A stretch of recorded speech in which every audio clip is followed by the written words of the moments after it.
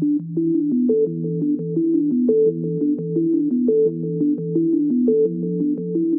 use Linux every day, whether you know it or not.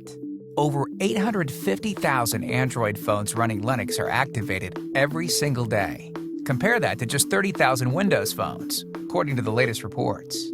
That means 100 Android devices have come online just since you started watching this video.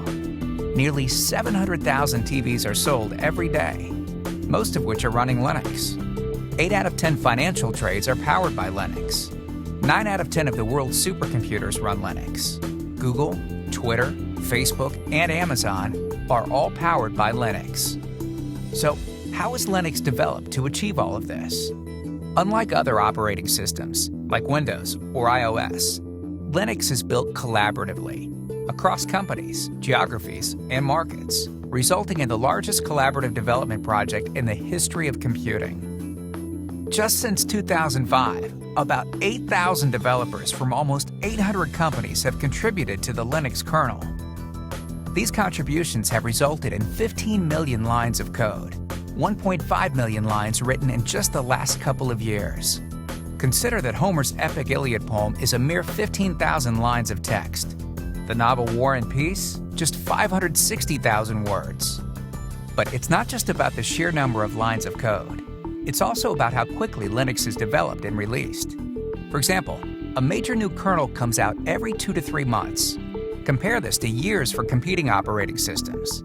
This is made possible by a unique collaborative development process. When submitting code to the Linux kernel, developers break changes into individual units called patches.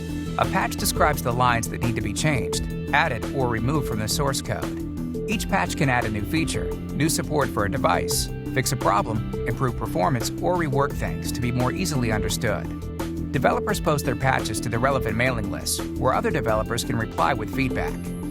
When the patch is close to being release ready, it is accepted by a senior Linux kernel developer, or maintainer, who manages one or more of 100 different sections of the kernel. While this isn't a guarantee that it will go to the main line, it's certainly a good sign. Here it gets an even more extensive evaluation. When the maintainer finishes their review, he or she will sign off on the patch and send it on to Linux creator and Linux Foundation fellow Linus Torvalds, who has the ultimate authority on what is accepted into the next release and what is not. Nearly 10,000 patches go into almost every new release. About 6 patches are applied to the kernel each hour. Linux's rate of development is simply unmatched. Today, Linux is dominating on mobile devices, in the enterprise and web infrastructure, data centers, supercomputing, and more. What's next? Because together, we're ready.